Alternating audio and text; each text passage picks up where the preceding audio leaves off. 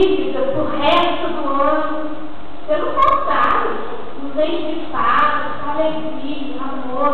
Natal é um presente que Deus deu a um pecador. Excelente. Mas, infelizmente, dona igreja, o Natal está virando um simples motivo de compra de venda. O que a igreja tem feito para mudar essa triste mentalidade das pessoas?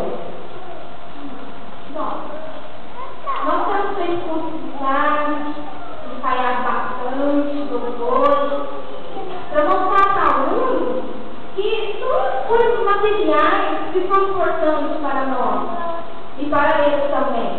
Mas sim, a vida de Jesus ao mundo, para eles. Muito bem, obrigada, Maria. Não tem mais perguntas, gente. A palavra de moderna de acusação.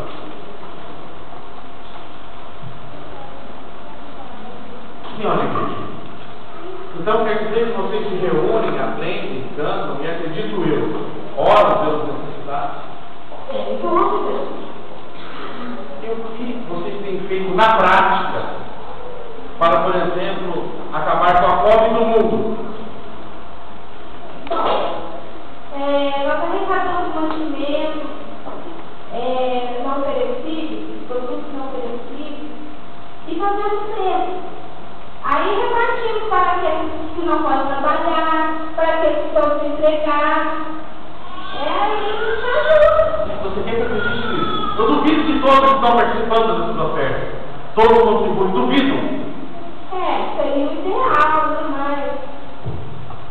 Mas eles esquecem, outros não podem também. E outros também nem lembram de amar ao próximo. Benedito, eu ignoro o testemunho. Nós temos que esse Natal de Jesus, que traz paz, é uma balela, uma baboseira que não tem mais como continuar em nosso meio. Sugiro até que o senhor respeite isso.